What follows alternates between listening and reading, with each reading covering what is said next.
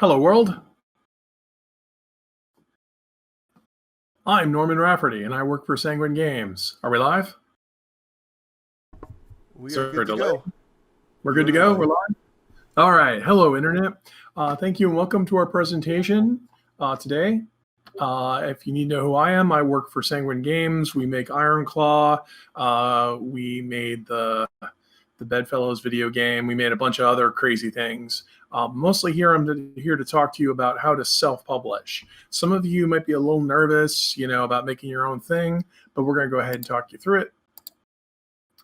So let's go ahead and see if we can get this to work. All right. So this is a PowerPoint presentation that has a lot of question and answer. I'm going to be monitoring the text chat as well as I can, but there is a delay. So if you've got a question, feel free to type it in. We'll go ahead and answer it. I've got experience making a lot of different things. We've made tabletop games. We've made video games, board games, comic books, fiction novels, all these sorts of things. And we're here to talk you through how you can avoid some of the mistakes that we've made. In fact, it's difficult when you have to go ahead and make something yourself. A lot of times people want to get another publisher for that. But you are currently living in a window of time that is a golden age for self-publishing. Now, the PowerPoint presentation I'm showing today is in a sort of the same format on a link I just dropped in the chat. It's a little different because Google Slides changed some of the fancier stuff. Plus, also, I'm constantly updating this because every time I do this presentation, people ask us questions about those sorts of things. So feel free to go ahead and ask questions, and there's a delay. But we're going to talk about how you're going to make your own stuff. Okay, also, if you've got a phone and want to just, take a picture of the screen. Okay, so my advice about any project before you do it is to go ahead and be smart about it. When we're about to do something, we need to go ahead and break down 5 things that we're worried about when we're going to make it. Okay, the first thing is we have to decide what we're going to make. Be very specific. You're doing a book, you're doing a novel. Sometimes I know folks, you want to write a whole big story about how, like how we've got 19 different worlds and I've got all these different species and some of them interact electromagnetic. Let's be specific what we want. We need to know when we're done making it, so we need to be measurable. We're doing 50,000 words, we're doing 30,000 words, is it 48 pages? It needs to be actionable. It needs to be something you can actually do. If it's not something you can do, can we get somebody else to do it? We need to make sure we have a responsible plan. Not only is this going to be something that we can actually produce and finish, but we need to treat everybody right. We need not to burn anyone out. We don't need any crunch. You don't want any of that. And most importantly, eventually this thing has to come out.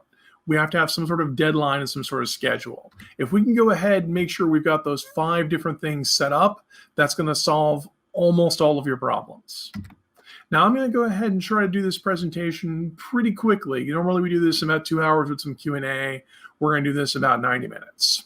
Once again, if you've got questions, I'm watching the text chat, so feel free to go ahead and post any of them. There'll be a little delay. Okay. So the first part is we need to go ahead and decide on the shape of our project. I'm guessing that if you're a self-publisher, you already have something in mind that you want to make.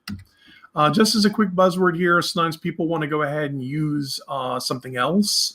Like, for example, here at Sanguine Games, we have licensed the Usagi Yojimbo property to go ahead and make our own role-playing game based off of that. That's called intellectual property, and that's the thing you license. We're not really getting the legality type stuff here. I'm assuming that if most of you are going to go ahead and make your own project, then most of you are going to go ahead and create something from scratch. If anyone has any questions about how to license a property, like take someone else's property, like the Dungeons and Dragons has a license, you can make your own D&D stuff, and you have questions about that, I'm happy to go ahead and answer those. Speaking of timetable,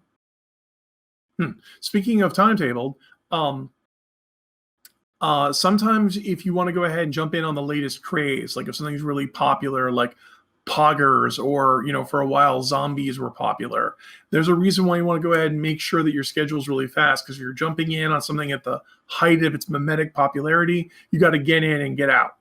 Plus, also, we'll drop some links later on in here. Sometimes people like to go ahead and release a product later, self-publish it yourself, and then try to do a more deluxe version later. I don't know if anyone here is a fan of Maggie Hogarth stories. She writes the Space Marine stories. She does a lot of Kickstarters where she'll do a novel as a bunch of short stories, and then later do a Kickstarter to go ahead and assemble to make a more deluxe version. Now, when you're self-publishing, there are basically two places you need to price yourself out when you're making your product: premium stuff and economy stuff. Sometimes it's really tempting to try and make a really nice product, but also try to cut corners to go ahead and make it cheaper. That's really not going to work out in your favor. You're a small self-publisher. No one's heard of you. So you're probably not going to have really big sales numbers to take advantage of really big sales.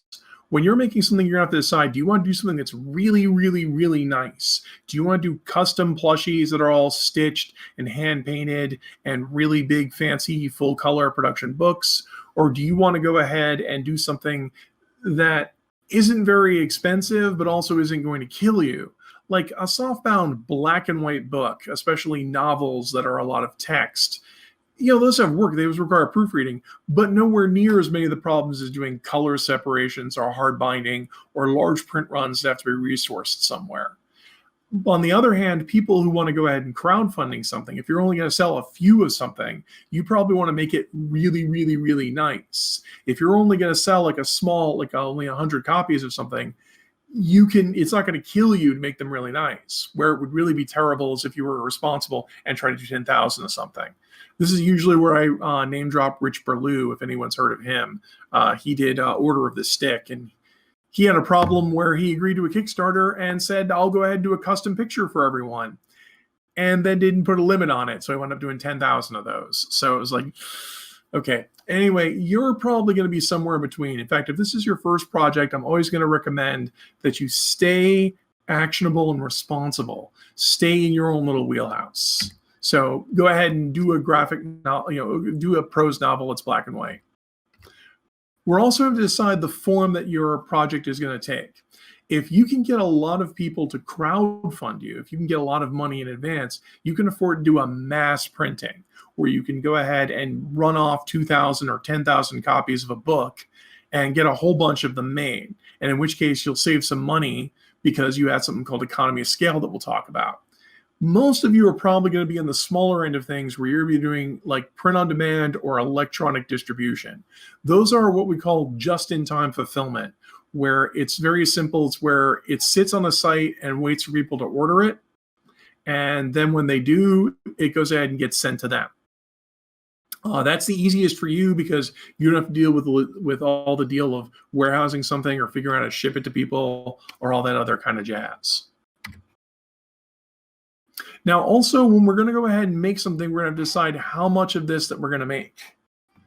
We're also going to decide if we want any obnoxious cats to be involved. Hey, cat, we're on the internet. Nobody wants to see you on the internet. We love you, but you have to go. Sorry about the cat interruption. That's why we have to decide how many of these. Now, you're in a unique position these days where you can go ahead and do a crowdfunding, like a Kickstarter, and go ahead and ask people to pay for something up front. Sometimes people talk about the 80-20 rule, the Pareto principle.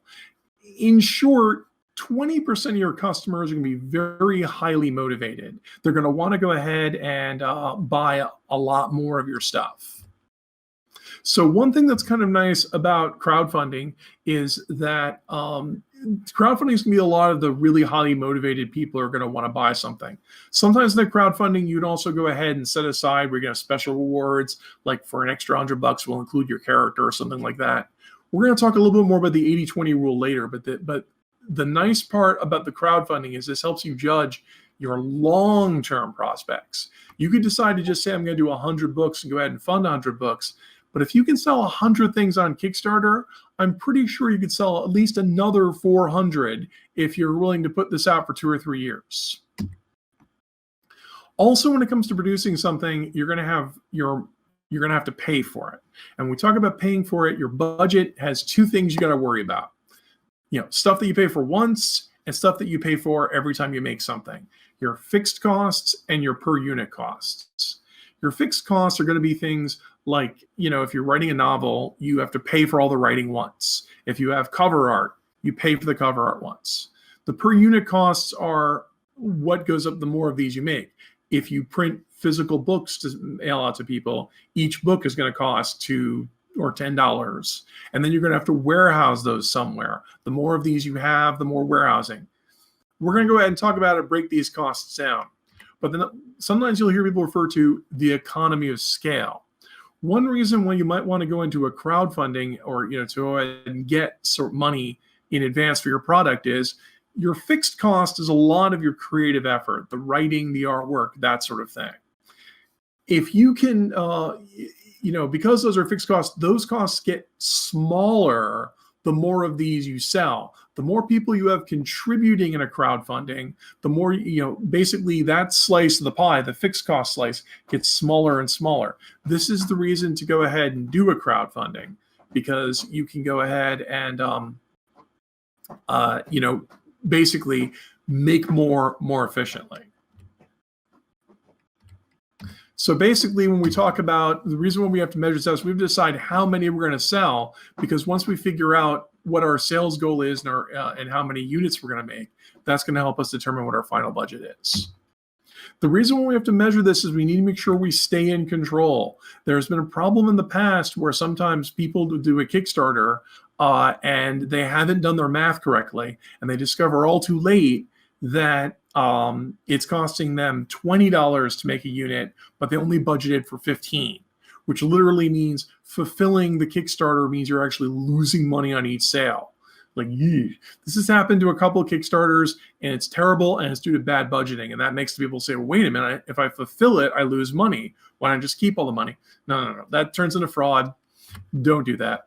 Also, one thing we have to worry about are shipping costs. We'll talk about how to control those. But sometimes people forget that, if you have a $20 book, you can't just ship this media rate or whatever. People expect their books to show up, and they expect it to be tracked. It's also got to be wrapped and packaged. That packaging costs money. So we budget for that kind of stuff. Also, as a warning, as I just mentioned, Rich Berlew's thing, the reason we say measurable is make sure you stay in control. Any crowdfunding program like Kickstarter will let you put a cap on how many rewards you can fulfill. So we usually put a cap of like 20,000 on our books. I haven't had a Kickstarter yet that's had 20,000 orders, but if I went over 20,000 orders, it'd be really a big problem. So I go ahead and just put numbers on that.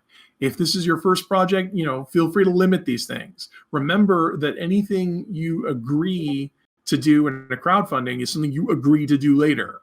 So, if you're not planning on selling 100,000 of these. Okay, got a question here. I'm hearing remuneration for artists. Jaco will go ahead and talk a little bit about that during a later segment. So we'll talk about what's called revenue sharing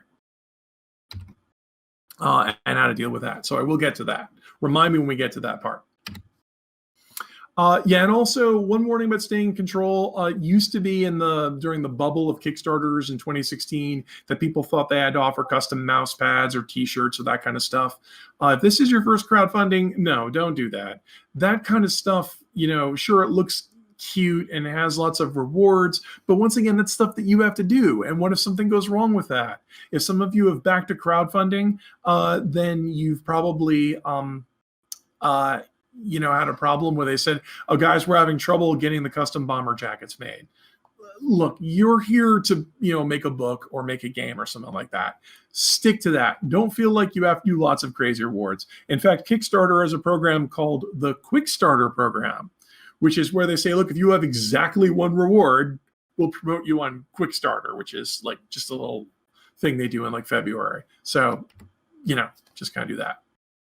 Okay, so speaking of things that you actually have control over, when you go ahead and make a project yourself, there's stuff you have to go ahead and have labor. It's got to be done. Either you do it or someone else does it. Okay, so that's pretty straightforward. But the important thing is, if you're going to go ahead and get someone else to do it, you're going to have to pay money. Milan just asked if we're going to have revenue sharing. It's possible to do revenue sharing, but also we're assuming this is your first one. This is DIY 101. if this is the first project you've done, the first kind of crowdfunding that you've done, no one's heard of you. And you probably don't have a huge customer base that can get money. Even if you do, it's probably not huge because it's your first time. So pretty much you're going to have to pay some money up front if you want to get fancy cover art. Freelancers are very busy. They don't necessarily have time for revenue share. We'll talk about that a little bit more when we talk about people investing in your project. But stuff like cover art or illustrations or that sort of thing, you're going to have to pay for it. Now, one thing you can do with the crowdfunding is you can get a contract, which we'll talk about later, where you can get an artist to agree if they get $20,000, they'll do this much artwork for you. Okay. And then you can, and many artists are willing to agree to the contract before the crowdfunding. Like, for example, when we did the Madcap cartoon game with Andrew Dickman, who worked on the Looney Tunes cartoon, we commissioned him for a couple pictures up front, and he did those for us. And then we had a contract that says, okay, if the Kickstarter succeeds, we want 20 more illustrations. He was more than happy to sign off the contract. We paid him for 3 pictures, which we put in the Kickstarter to show that, we're committed to it. And then after people agreed, we get the huge money, poof, we can pay him. He got to work, on stuff. He worked with us. We got the project done. It was perfect. Okay. One good reason why you live, a good reason for living in the future is before the era of crowdfunding, we had to guess how many units we were going to sell. Like back when we first did our Iron Claw game, we had to print like 10,000 of these and then warehouse them and hope they moved. The nice part about crowdfunding is you can go ahead and ask people to pledge in advance. And people give you money in advance. And then you can go ahead and make your entire production line based off of that. If 500 people pledge to your crowdfunding, then you can go ahead and produce 500 books. And you've got that.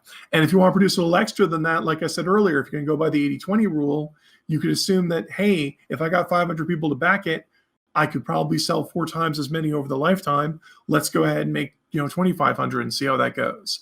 But that's way better than beforehand, where we were just guessing. Okay, but one thing I'll warn you before we kind of do this conjecture stuff is once we've set up our budget, ask for all the money, Kickstarter money up front. Okay, in fact, we're going to ask for a little on top of that. If you get your entire budget, hooray, we can start the work, which is the difficult part. If you ask for a lot of money and then don't get it in your crowdfunding, that's a good thing. That means you didn't spend a lot of money, make a bunch of stuff. That means you're not a queedy.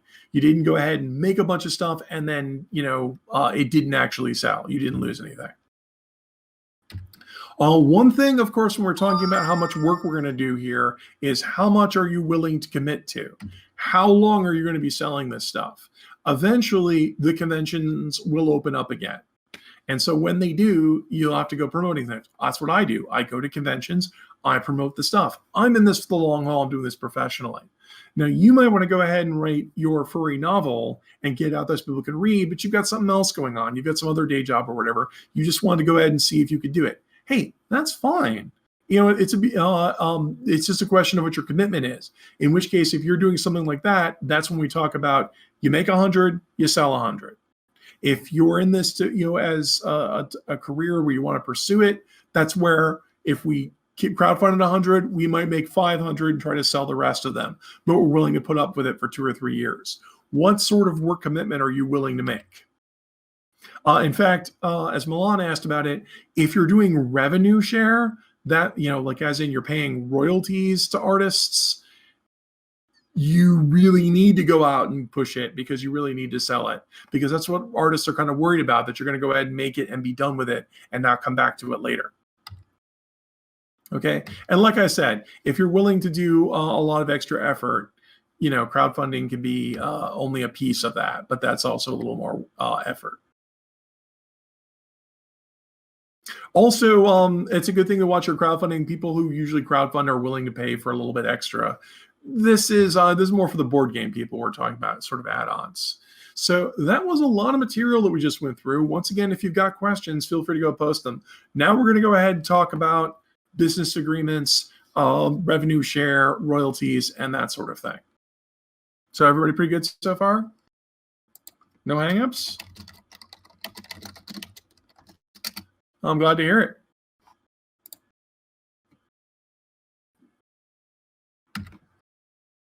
Okay. One thing I want to talk about is it's really easy to get caught up in the idea that you're going to do something creative. But I always have to warn folks, really the creativity part, that's the fun part where you're going and making stuff up. But some of this is going to be some work. It's going to be difficult, I'm not going to lie, but I believe in you and I believe that you can do it. So one thing I do, like to disabuse folks is of some of the bad publicity. Back in 2016, there was a bubble in crowdfunding where a lot of people went ahead and started crowdfunding things, and people made a lot of money, and people had a lot of promises and didn't deliver on them, and we had some misinformation. Okay, Zenekins here asks, how does one get into board game creation? No clue. Yeah, we'll talk a little bit about that in a bit. I mean, the short answer is you make a prototype and then make it. But I'll go ahead and answer that when we get to some of the specifics. So yeah, I mean, the short answer, let me type this in the chat. Short answer is thegamecrafter.com.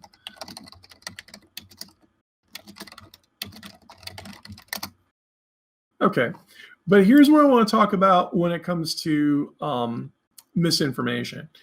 This is a famous quote here where somebody who should know better said, if you ask for too much money up front because of the rules of Kickstarter, it's very, very hard to ask for the complete development budget. There's a technical name for this statement. It is called a lie. This is 100% fabrication, not true. Okay, what Mr. Molyneux was saying here was that, oh no, if we ask for too much money, people won't give us all the money. So we have to ask for less money and then take the less money and then be incompetent and not deliver. Okay. So that's like not true. I just want to say that is definitely not true. In fact, that is fraud. When you sign up for Indiegogo or Kickstarter or the rest of them, they're going to tell you you are responsible for delivering this. Don't lowball your budget thinking, well, I need $10,000, but I can probably get $5,000. No, that will get you in legal trouble and will also like make everything fall apart. And to be honest, trying to do it for less money is going to destroy your morale. Okay, so you don't want that. Okay, instead, what you want is, if you don't think you're going to get $10,000, either find a way to make it work with $5,000 or find something else to do. Okay, another thing I want to warn people about is Indiegogo has a terrible policy. Indiegogo is a terrible policy where you can set something up called flexible funding. If you do an Indiegogo flexible funding, what this is that you tell people your budget is $10,000 or some number like that. But when the crowdfunding period is over, they'll just take whatever money showed up and give that to you. So if you said your budget was $10,000, but you only got $5,000, they'll just take the $5,000. Okay, this is a terrible deal because, like I just mentioned, if you think you need 10K to do something, you should ask for 10K. Don't ask for less than you need. And also, what's even worse is Indiegogo takes a bigger cut. They take like 25% of this money instead of 9%. So you're getting even less money. So you needed $10,000. The thing finished at $5,000, and Indiegogo only gave you like $3,000. Okay, setting you up for failure. And Indiegogo just wanders off like that. Do not do flexible funding. It is irresponsible and bad. It will destroy your morale and make for bad products. Don't do that. Okay, I also wanted to show just a little note here. Don't feel bad if you don't meet a crowdfunding. I'm showing right here. We attempted to do a crowdfunding in 2014. It didn't work. That's okay. We went ahead and tried it a year later or a couple months later. We just changed the focus of the product and we actually got this money. If we couldn't get it to work with $20,000, we scaled it back and found a way to make it work with $5,000. So once again, it's responsible budgeting. Okay. Responsible budgeting is find out how much money you're going to need. Don't forget that crowdfunding people take about 10% out of that. Credit card fees, processing fees, about that. They take 10, 15, 25%. And then your budget has to be slightly less than that. Okay. Now, as I also warned here, we also need to be responsible, be realistic. Okay, look, no one's heard of you. And there's this fad that's been going around for the last few years where people just make up numbers. Like I'm pointing this out right here. Like this is the big one, Tomb Raider. Okay, Tomb Raider 2016 sold 3.4 million copies. It sold more copies than any Tomb Raider video game ever. It was one of the top selling video games of all time. And no, the Square guys didn't meet our projections. They're saying, oh no, we expected to sell more than this. It's like, that's not realistic. They sold, like you're not going to sell millions of copies. You might not even sell thousands of copies. I think what's better is let's talk about a more practical example that's closer in your wheelhouse. Do we have any Firewatch fans here? Firewatch was a pretty cute video game, right? Okay, well, some of the people who worked on Firewatch went ahead and worked on a game where the water tastes like wine. It's a cute little visual novel game that you can buy on Steam. And according to this news article, they said they lost a lot of money. Okay, as near as I can tell, the article says they had a $140,000 budget for their game. Sting is a voice actor in this. Sting from The Police? Yeah, I didn't know that either. This is one of the reasons why I think their budget went a little high. Okay, but as near as I can tell, back when I could find reports of sales, I think they sold about 4,000 units in their first 6 weeks. Remember earlier where I said you need to be in here for the long tail? Okay, and these guys are saying we need to sell all of our units in the first 6 weeks. Okay, that's not you. Okay, we're going to talk later. Like, for example, we all love Undertale, right? Yeah, Undertale was not a 6-week thing. Minecraft, not a 6-week thing. Okay, okay, but anyway, they said they need to make all their money back in the first 6 weeks, I guess, to pay their creditors or whatever. And as near as I can tell, they sold about 4,000 units here. This is going mostly by Steam sales. So once again, they had a huge budget, like $140,000, we dare to dream. But apparently they lost money on that. Okay, so that's not a good example. Instead, let's show you an example that's probably a little closer to what you might do. Has anybody here heard of The Pirate's Fate? You might have, because it's a little more furry than the other stuff. That's a visual novel, not as ambitious as When the Water Tastes Like Wine. It doesn't have as much voice acting or as animations, but it's got a lot of artwork in it. Okay, and it was crowdfunded. So I can guess its crowdfunding budget, because $15,497 is what they got in their crowdfunding budget. Sorry, 67 is what they got in their crowdfunding budget. Plus, of course, distribution costs, crowdfunding costs, that sort of thing. And as near as I can tell, they only sold about 2,000 units. Once again, compare this to the other guys here who sold 4,000 units. So these guys sold fewer units, but because their budget was lower, because they controlled costs, and because they stayed more responsible in the wheelhouse, they made more money. So even though they got less money in a crowdfunding and sold fewer units, they're still in the green. They're still cash flow positive. They were a success. This is the kind of market that you are shooting for. You want to go ahead and be like these guys, where you know what you're able to do, you get your skill set together, you stay within a modest budget frame and make it. And so the company, the folks that made this, they're making more games. Use these guys as your model. Okay, that also gets us to setting your price. Notice that sometimes people talk about indie games or indie books, like thinking like, man, $20 is a lot to ask for an indie game. Should I charge less? The answer is no, charge more. No, money down. Okay, we talked earlier about the Pareto principle, which is that people who want your stuff are going to be highly motivated to go ahead and buy it. So, if you lower the price from like $19.95 to $14.95, that $5 might lure some more people in, but your numbers are already pretty small. You're already selling like 1,000 or less. You're not going to lure customers in unless you're free or something like that.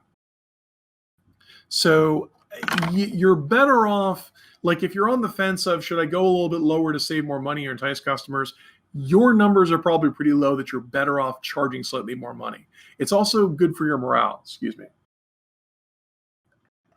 As in, if you're underselling the thing that you're making, like if you're selling it too low and then you're working very hard on this, it's eventually going to burn you out because you're sitting there, working so hard to go ahead and make all of this, and I'm not making any money on it. No, don't do that to yourself.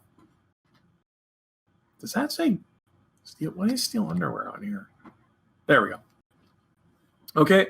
Also, as a person who's selling stuff, you're probably going to sell slightly fewer units than you think you're going to. I mean, it's just the nature.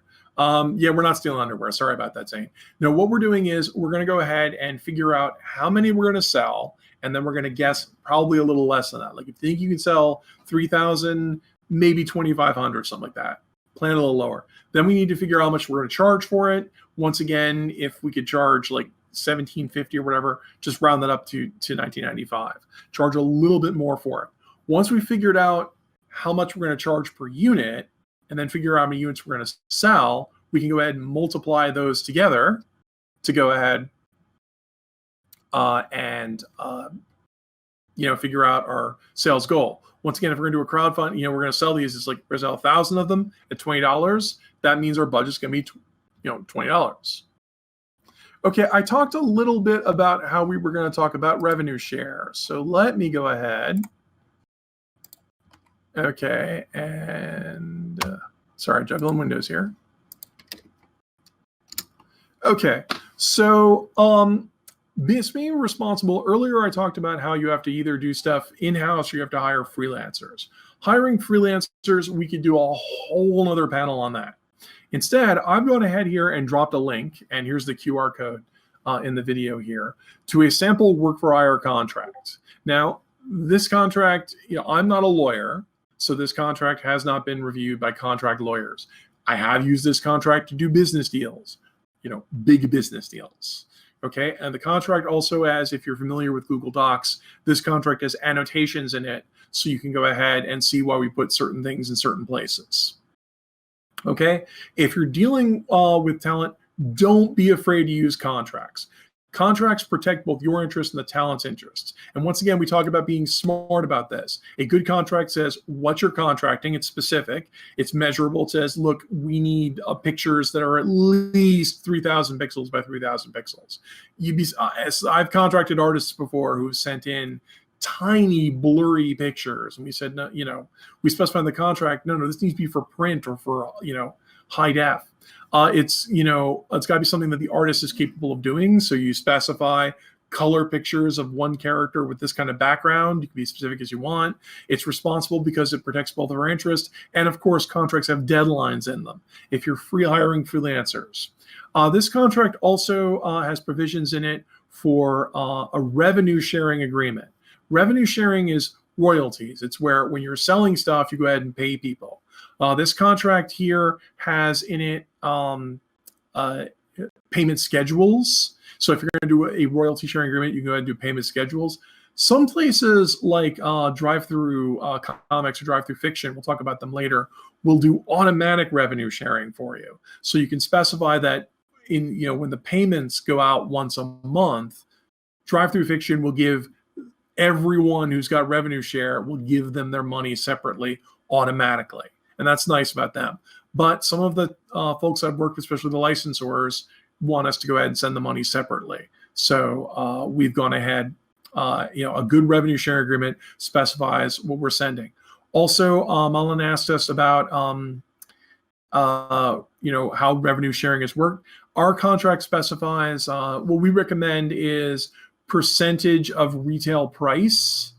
So if each of these sells for $20 unit for $20 and you specify, okay, the talent gets 3% of $20. Notice there's a clause in the contract that says we give away for free. There's nothing in there, because it's a free promotion, but this specifies MSRP, and this works a little bit better for the talent. Okay. Thanks, Fazman. Yeah, I got more links for you. We do this a lot because we're avoiding problems. Kingmaker asks, published tabletop game in the past. Yeah. Okay. Thanks. Yeah. No, we've been doing crowdfunding for about 20 years. Anyone here remembers Project 500 by GMT? Go GMT. They're big fans of them. So yeah, we're talking to you about all the sorts of terrible things that can pop up. So this is a sample contract.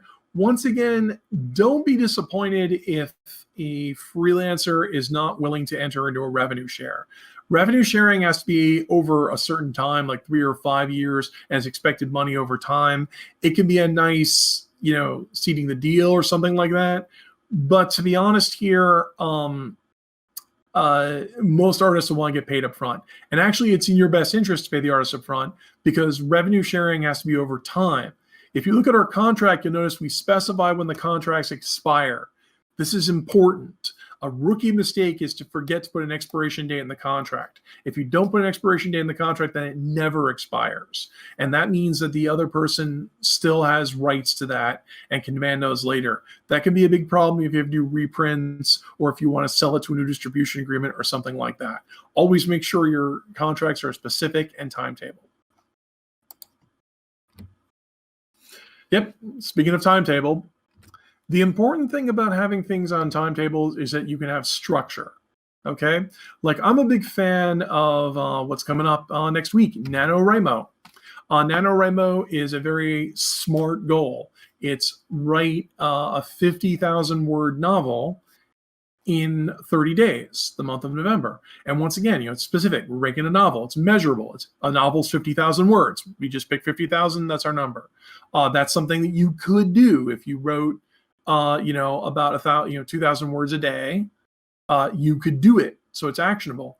It's responsible because it's not going to kill you. And of course, it's timetable. You do it. It's okay. You run into a lot of people who will write a novel in try in November, and then they will not, they'll just miss the deadline or whatever and finish it in April. That's fine too. The important thing is we have a structure. Okay. It's not late until it's late. A big problem I run into with a lot of folks who are doing their own self-publishing projects is they never pick a deadline. And because you've never picked a deadline, it never gets done because it's just, it's done whenever I work on it.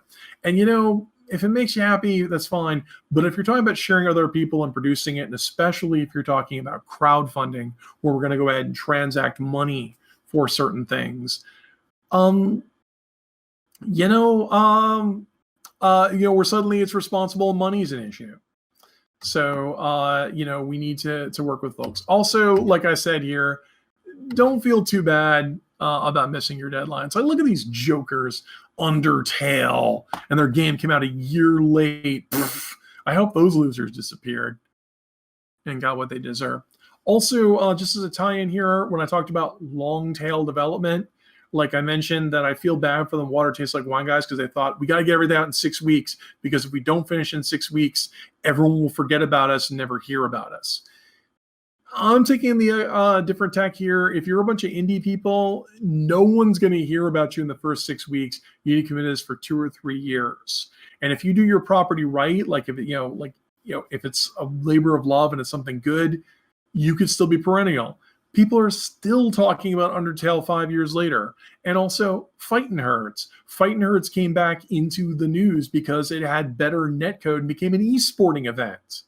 So, it's listed on major, multi-million-dollar events now, years after it came out.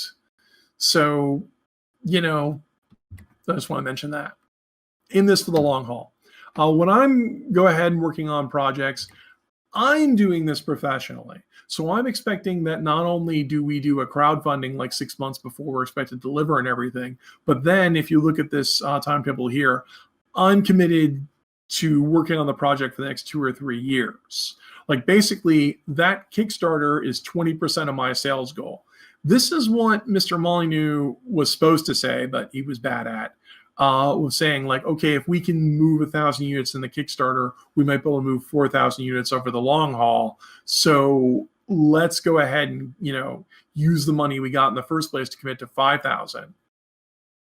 Because I'm willing to take some of my company money and throw it at what the Kickstarter. Remember, a crowdfunding isn't just to get the money. It's also market research. You're literally asking, hey, if I made a game, how many of you would actually buy it before you even saw it? And then, and these people put up. If you start doing business, like with people and transacting money, you'll notice that a lot of people will say they'll buy something, but when it comes time to actually give out the cash, it's like, they're a lot reluctant. So, money talks. Yeah, and I like what Zanekins here said here. I didn't realize Among Us came out 2 years ago. Like everybody's talking about like it just came out, but see, long haul. And that wasn't even their first game. Once again, as an indie person, when they talk about as an indie that you're dependent on word of mouth, that literally means you will not get everything in the first 6 weeks. Word of mouth takes months. It takes years. But that's okay. With doing some of the logistics here of where we can get other people to warehouse it, digital distribution, get it sponsored, you can get the product out here with a minimum amount of work on your part. Sure, it's not maybe breaking the bank with lots of money, but it's also less work. So you can go work on other things, other projects, or other day jobs while you wait for that one to build word of mouth. So it's a little difficult.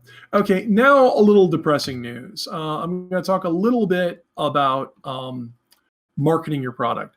Marketing for indie people like us has gotten terrible in the last few years. The reason why is because there used to be lots of different options for advertising. I probably don't need to tell you that conventions this year have not been very good. But what's also very depressing is social media.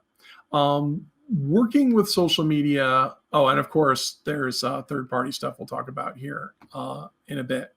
Yeah, marketing is very difficult. One thing that's risen up are third-party upsellers. Like if you go ahead and do a crowdfunding these days, there are places like CrowdOx or BackerKit that will offer to help you. That's very nice for them. I am a database nerd. So when I did a crowdfunding, when we're done, they give you a long list of everybody who bought everything, and you're the one who has to take this long list and plug it into a program or an addressing thing and print all the address labels and make it.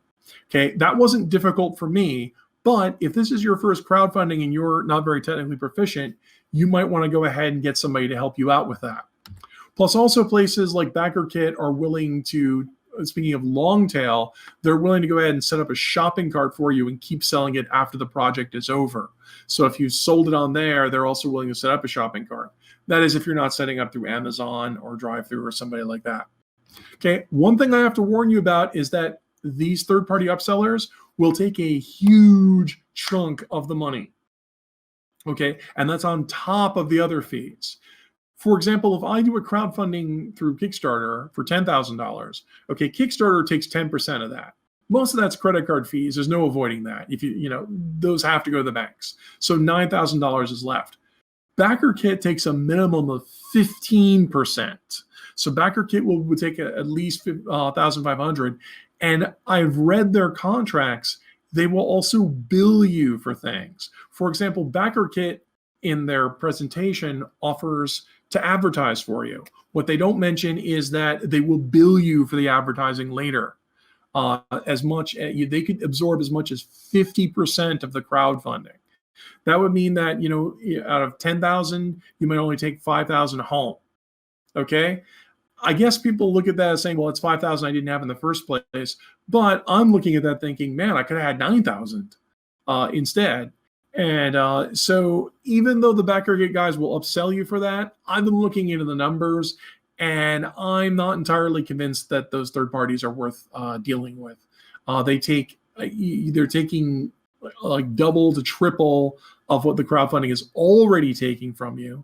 As a DIY person, you're not going to be, no one's going to have heard of you. So Edgar says you're relying on demos, which you have to go stumping at conventions. Fast man, I'm going to have to give you some bad news. Sending products to YouTubers for reviews. You are correct when it has an upfront cost. First of all, YouTubers are not going to review you for free. No one's going to review you for free. You may have noticed that all of them said they got paid content. They're not going to review you for free because there's other people ahead of them who will review it for free. They will probably only review products when they have a vested interest, because I know Will Wheaton's Tabletop reviews stuff when they have a cut, like Fantasy Age. You'll have to pay them up front. I've paid for stuff up front. I've paid to be on Beer and Board Games, for example. That can be good. It's expensive. These guys usually start at $1,000 and go up from there. And it can be pretty expensive. So if you can afford it, that's great. You can't get them for free. I mean, it's nice if they give you a shout out, but these days there's too many people getting too many of those. And also we talk about return on investment. If I'm selling a board game for $30 and my profit margin on it is like $3 per unit or whatever, if I spend $1,000 on a influencer, that's technical term, influencer, to go ahead and talk about it, I need to move at least 300 units based off of that to get a return on investment. Like that enough people saw that video that 300 people went out and bought it. That can be tricky. If you're a first-time person, that's a lot of money up front. So if you have the money, great. And also the video is perennial, so it stays on the internet hopefully for a while. So, but yeah, it's all, Fastman, it's all sponsored. All of that stuff costs money. You will not get any of that for free. I do recommend that it's a good idea. I do streams on the Ractus show. So twitch.tv.ractus. I know I can't post links. So I go ahead and do streams there and we do videos. And promote ourselves. But yeah, if you want to get on those big shows, they all cost money. So if you think you can get a good return, go for it. Since this is DIY 101, I'm assuming that a lot of you don't have a lot of money. We were fortunate enough that we could coordinate because we were paying money to the influencer. There's that contract thing there, which meant we could do certain provisions. So if I'm paying an influencer, I want to specify in the contract, okay, when is your video going to air?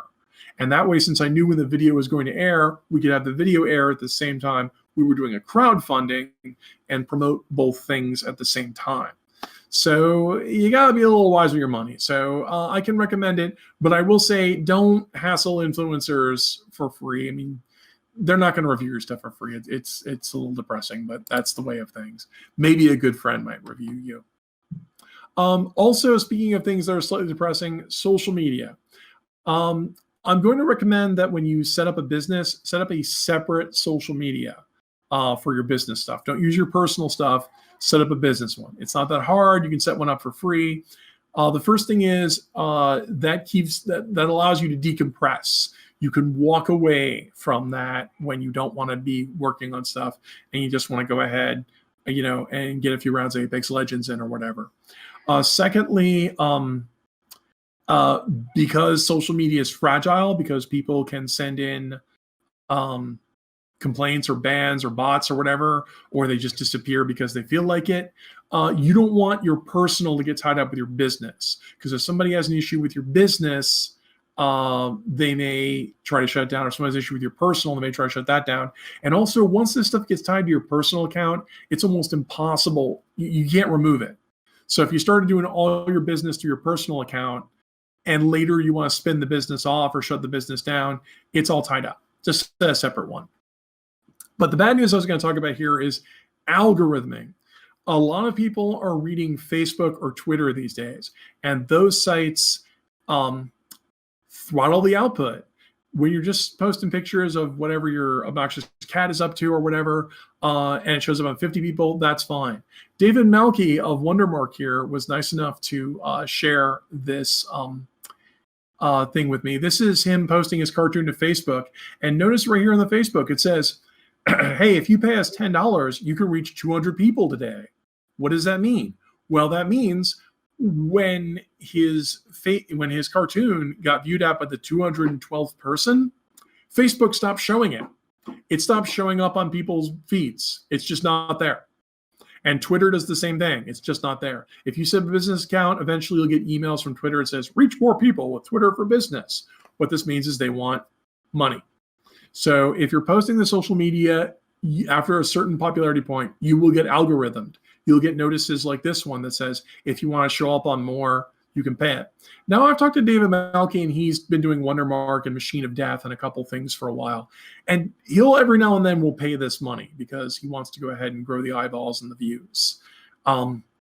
But I'm just showing you right now that this is why I said you're probably better off trying to build up word of mouth like our buddies at Among Us, over the long haul, because once you build up word of mouth and become popular and people start retweeting you and that sort of thing, then you can build the buzz. But in the early days, you're not going to reach, after a few hundred people see it, you'll just stop showing up. That's the reality of it. I don't like it. That's why I said you have to be in this for long haul. Keep advertising, keep pushing, keep trying to be popular.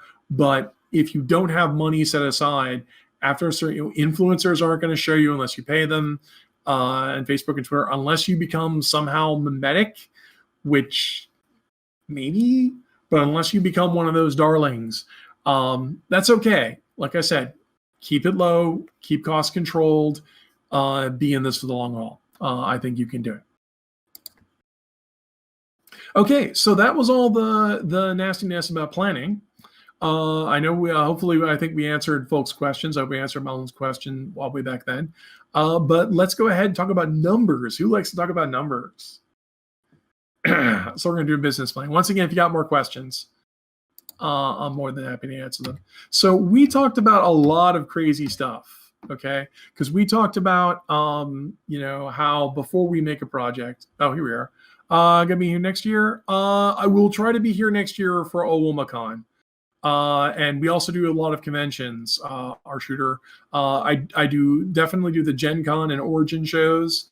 Anthrocon, Further Confusion. We do a lot of the big shows. So yeah, we'll try to do this again. Okay, because and also I'm going to put more links. We have archive versions of the show that you can watch. I have a very nice archive version with Maggie Hogarth that's going to come up here in a bit.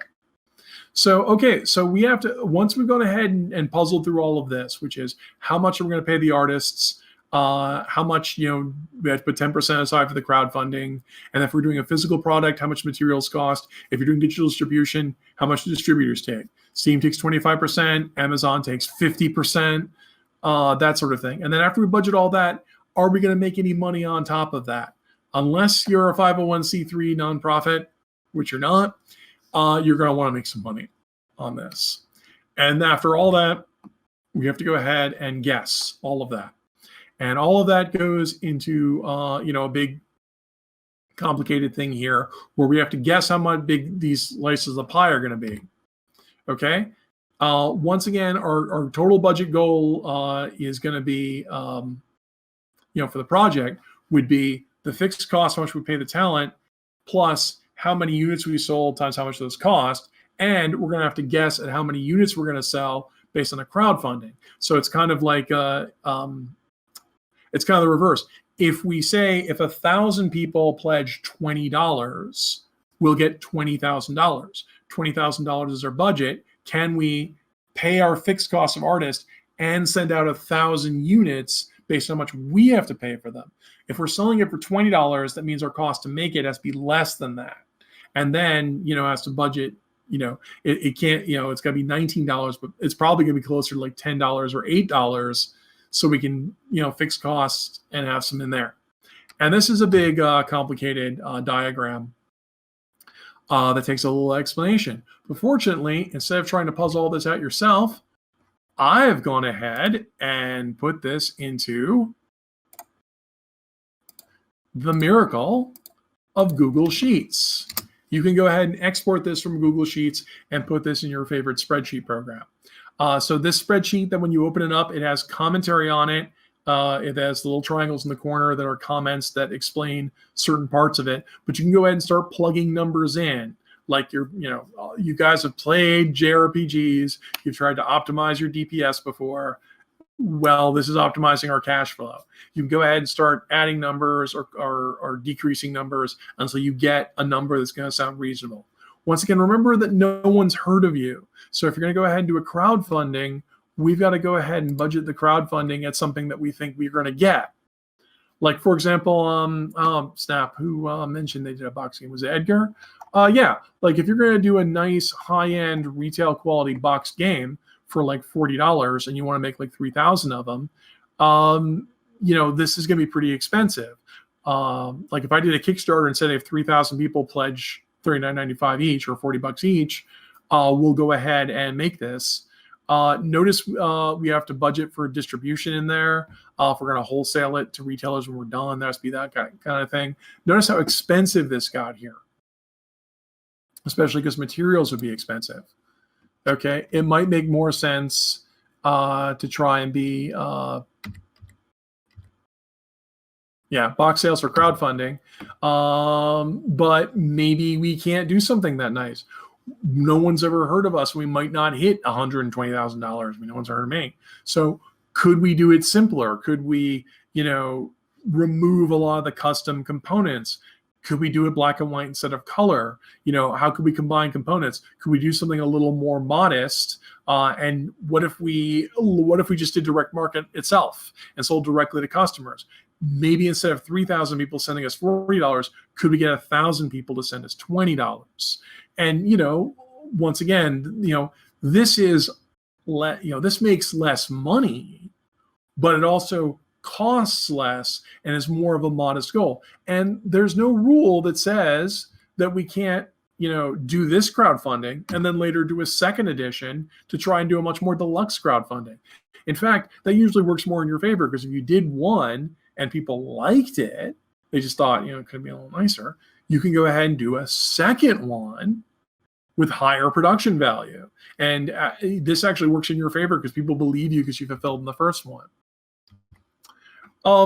This also is a golden age to go ahead and do digital game distribution. I have this one priced at $9.95 here to do a little game, but honestly, indie games are starting to creep up into the $15 and $20 range, and I honestly think that's a lot better for the pricing, because if you want good quality code or good quality art, you're going to have to pay for it. Notice that some of it, depending on the project you do, some of these disappear. Like, for example, if you're doing digital distribution, you don't have any materials to worry about. You don't have to warehouse them or have production costs or worry about that. So that makes things simpler on your end. On the other hand, distributors take a bigger chunk. Like, I've heard people make noise of like, well, Steam takes like 25%. It's like, yeah, Amazon takes 50%. What's your point? Digital distribution, because there's no materials and because the stuff costs less, the distribution goes up. So, just be ready for that. Okay, there's a lot of examples here. I posted a link earlier to this Google slideshow, so you can look at these. Sometimes when I do the Q&A in person at the events, people have specific questions like, how do I make a graphic novel? So we can go ahead and show them that. That sort of thing. How do I do my first novel? Notice if you're doing a novel, pretty much all that you have to worry about are crowdfunding fees and distribution fees, because if it's a text novel, I'm assuming you're writing all the text yourself. So, on the one hand, you make more money per unit. On the other hand, you should probably price them a little bit more modestly. Okay, so that's a lot of stuff. Oh yeah, ISBNs. ISBNs are pretty easy to buy. You can buy like one for about $50, or you can buy like a dozen for about $100. That's a fixed cost to worry about. And you don't necessarily have to have an ISBN. ISBN numbers are for bookstores. If you're doing digital distribution, you don't necessarily need one. And if you're selling a box game, you need an ISSN, which you buy from a different person. Those are about like $25, $50 a pop. Fixed cost, so you have to worry about it, but hey. So good point there. Okay, so a couple final things to go in and get into. As I always tell people, I worry about people saying succeeded at Kickstarter or win a Kickstarter. Just because your crowdfunding hit the goal and you got the $10,000, that's not success. Taking the $10,000 and turning it into a product, that's success. That's when the work begins. And, it's going to be a lot of work, but it's also going to be a lot of rewards, because when you're done, you will have made something. Okay, a lot of morale issues here and a lot of work, but one thing is, once again, we were talking about like being responsible. Budget extra time to go ahead and make sure that the quality is better. I always recommend, you can get your friends to look at it, and you can also do an early access beta to get other people to look at things. But honestly, you're going to get the best effort if you do it yourself, because you're the professional. You might want to do the product, sit on it for a week, and then come back to it. You also might want to go ahead and hire professional editors, which you can budget for. You'll get better work. Getting your friends to look at it and getting your friends to say it's okay, they're not professionals. That's what I'm saying here. There are pros and cons of self-publishing. What sort of cut would a publisher take? It depends. Like technically, Amazon is a publisher, and they're usually taking like 25 to 50%. You have to watch out really for what are called vanity presses. The big warning about vanity presses is some of those places will make you sign a contract, and the fine print of the contract, it'll say that they own the rights to your stuff. And you're signing away the rights that if they want to contract it to a movie or something like that. So stay away from that. That's the bigger con. Sometimes publishers will only be offering you like 8 to 10% of the sales, like after it comes out, like 10% of MSRP. You may notice that's what our contract specifies. And you might say, wait, so if they sell this book for $20, I only get like $1.50 off of each sale? That sounds terrible. Well, look at all the work we said we had to put into this. We have to print the physical books. The credit cards take off, just the mere act of selling up a credit card eats up 10%. Putting it in a store eats up 40%. We have to pay for the cover and the talent, the ISBN, all that kind of stuff. After all that's left over, there's pretty much only 30 to 20% left of the pie, and the publisher is taking all the work. So the fact that you're only getting 5 to 8% after all of that, may not sound like a lot, but once again, it's like they're taking all of the risks. The important thing is to make sure that your contract. There's also some people there used to be a stigma against self-publishing where people say, well, if you're publishing yourself, how good can it be if Random House didn't pick it up? And I'm just going to tell you right now, that doesn't exist. Come on, 50 Shades of Grey. Okay, huge success. Everybody loves it. Cultural phenomenon. That was self-published. Okay, there's lots more other stuff. Minecraft was self-published. All this stuff that people did by themselves. If it's popular, a big place might pick it up and they'll do a lot of promotion for you. That's another advantage other places have. The big con to self-publishing is you have to do all the work yourself. When you're not just making the product, you're also going to the conventions and stumping it. But to be honest, you would be promoting it anyway in your social media and all that kind of stuff. Some of the technical issues, just figure out how to mail stuff. You can get third parties to do that. Amazon Prime, for example, will automatically send it to Kindles for you, and Drive-Thru will go ahead and do book fulfillment for you. So, there's distributors, and that's kind of nice. But self-publishing it's a lot of work. I personally think it's very rewarding. You don't have to listen to anybody telling you, that yours won't sell. No matter what you want to make, there is a market for it. It's just a question of whether you can find those people. Also, self-publishing is very rewarding because you actually do something. You make it and you get a feel for how it's done. So even if you get a contract later with other people, you have a better appreciation of it. So I highly recommend self-publishing, speaking as a self-publisher. Okay. Just a side note here, I hope this doesn't happen to you. I recommend just go find a business card for a lawyer, like a family lawyer or something like that, even if they're not contract law or intellectual property. Get the business card, just hold on to it. If this hasn't happened to me in years, but if this ever does happen, because it has, sometimes you'll get some weirdo who writes to you and says, hey, I had the idea for six-legged foxes who have telepathy, and I was going to write all science fiction. You ripped my concept off, and I'm going to sue you. You'll run into random people who were either making an idea that was similar to yours, or even worse, talking about making an idea that was similar to yours. You never heard of these people. They were not published. They don't actually have a case. Sometimes people kind of do that kind of stuff and get obnoxious about it. If anyone does that to you, you copy the information off the business card. Says, here's my lawyer. Don't speak to me. If people say, like, specifically, I'm going to sue you, or I'm taking legal action, or I'm a lawyer, or whatever. If they use any words or legal action, you just write back to them and say, this is my, talk to this person, and then block them.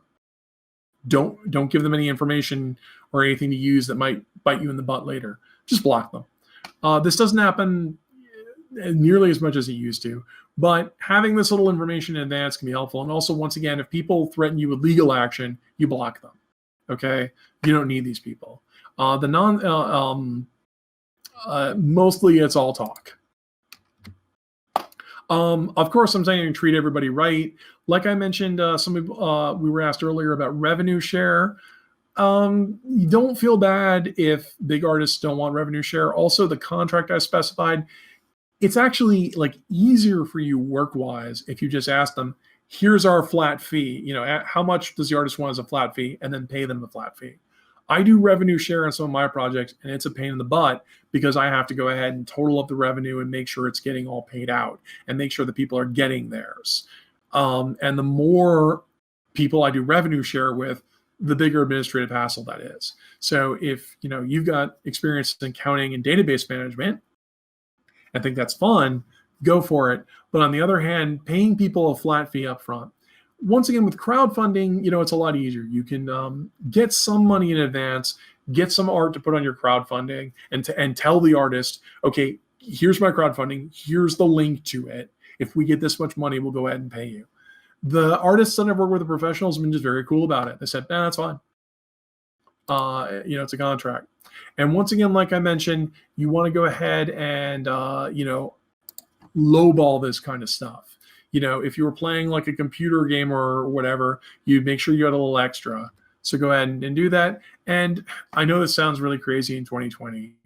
Having an emergency fund in case something goes bad. Who knows if a fire or a hurricane is going to come by and destroy where you work or destroy some of your inventory. I used to warn people about warehousing and distributing this stuff. If you're going to make 10,000 copies of something, you pretty much want to find a warehouse for this. Amazon has really nice rates for renting a warehouse for 5 months. I said 5 months because after 6 months, the price skyrockets. That can be very nice for crowdfunding. If you just need to hold on to it for 3 months and get it in and out, that's great. I rent a warehouse because I do enough business. If you want to go ahead and hold this stuff in your garage, that's fine. You may be violating local zoning laws by doing that. I haven't known anybody who's gotten in trouble, but also like if you house a bunch of merch in your house and then something untoward like fire or flood happens, the homeowner's insurance people are going to come by and ask, why were you housing $100,000 of retail merchandise, of business stuff in a residence? And it could get ugly. So I always mention you should probably have a better warehousing plan in mind. And if you can have an emergency credit card or something like that on hand, sometimes stuff goes bad. Okay. Then we've got a bunch of crazy links here. These are other websites that I find very useful. I'm not going to drop all these links in the chat, but one of the big ones I want to point out here is emyth.com. E is short for entrepreneur, and emyth is a business series where they mention that the entrepreneur, the idea, that was the easy part. The difficult part is going to be manufacturing and fulfillment. You don't have to just be an entrepreneur. When you're asking about the cons of being a self-publisher, you can't call in sick to work if you're the boss. So when you're self-publishing this, you're the one who has to go ahead and not only be an entrepreneur with the ideas, you also have to be the manager who makes sure all the deadlines get met, and you have to be the technician who makes sure everything gets implemented. That's difficult. It can be, use up a lot of spoons. But the emyth guys, I read their books when I first started business, and they still do them today, and they give away free stuff on the internet. Hey, free stuff. I highly recommend them. They're very good for boosting your morale and reminding you, look, it sounds difficult. Let's break it down into small things. Let's make it smart and manageable and go ahead and get it broken down. And they're very helpful. Also listed here, Intuit.com. They're the Quicken guys. They make business software. So if you want to track your finances and that sort of thing, they can be very helpful. Lightning Source and Lulu are print-on-demand places. They can help you get that important ISBN, and they are very helpful at printing books for you. One Bookshelf is the umbrella for drive-through fiction, drive-through cards, drive-through RPG. They have been extremely helpful to our business model, so they are very friendly. Print Ninja does large-scale printing. They usually are at conventions, like they're at the Gen Con convention. They're also very tech savvy, so they can tell you about details on how to make nicer books. TheGameCrafter.com is a place that sells box games and board games. They're a little expensive for what they provide, but they're very good for prototyping. Like if you need to go ahead and make a game with cards and pieces, and you want to see what it's going to look like, it'll cost like $60-$80, but you could just send it to them, make a prototype, make a couple other prototypes, send out some other people, and get some play testing. They're very helpful there. And that last one, the Kimra link, is for those of us like Edgar who have made games. So it's just a little humor there, just to lighten that. And yeah, we're a little under the wire. That was the presentation. So once again, we've got links to this, and I had promised, let's see, I had promised, this is a link because you guys are furries. Maggie Hogarth, who does writing, does a lot of crowdfunding. So they have gone ahead and done books that are helpful on their experience. So I recommend reading their stuff. And let's see. I think I have a couple of, sorry, yeah, some other links I want to go ahead and drop really quick here. This is the 2018 Anthrocon panel where Maggie Hogarth was in attendance. So if you're a fiction writer and you want to talk about like fiction and how to get that self-published, we did a lot more detail on that during that panel. Speaking of marketing stuff, this is Gamma Sutra's advice on how to write a press release, which is how to tell people about your product. It's basically keep it short and keep it simple. If you're interested in the details on protecting your copyright and how that works, you may have heard of Boozy Badger. They also write the Boozy Barrister. So here's a link to an article they did on intellectual property. And yeah, that's actually a couple links there. So yeah, thanks for coming to the panel. If you got any last minute questions here, my GPU has decided to freak out on me. So there we go. Sorry. Giving the GPU there a rest. Okay, we're back. Yep, made it through the whole presentation without having a crash. So if you've got a couple more questions, that's pretty much the whole panel. So I want to thank everyone for coming, and thanks for coming. And please keep us posted. We're on the Twitter at Sanguine Games, and we have our own website at www.sanguinegames.com. Go ahead and drop us a line about your own self-published type stuff. And I guess we might as well, while we're here,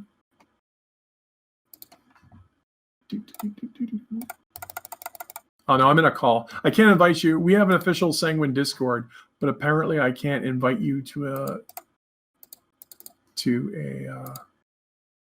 wait, am I still broadcasting? I think Discord crashed on me. You're still broadcasting. Okay, yeah, Discord crashed on me. So I can't send a link. But yeah, no, thanks. And like I said, I believe in all of you, that you guys can go ahead, whatever you want to do. It's a lot of work, but it can be a lot of reward. So yeah, so Discord crash. We have an official Sanguine Games server. I'll try to go ahead and get the link here. But yeah, I guess that wraps up. Thanks very much for and thanks OWOmacon for having us today. Thank you so much for joining us. We really, really appreciate it. Oh yeah, I hope to make it out to the convention when normalcy is restored. Sure thing.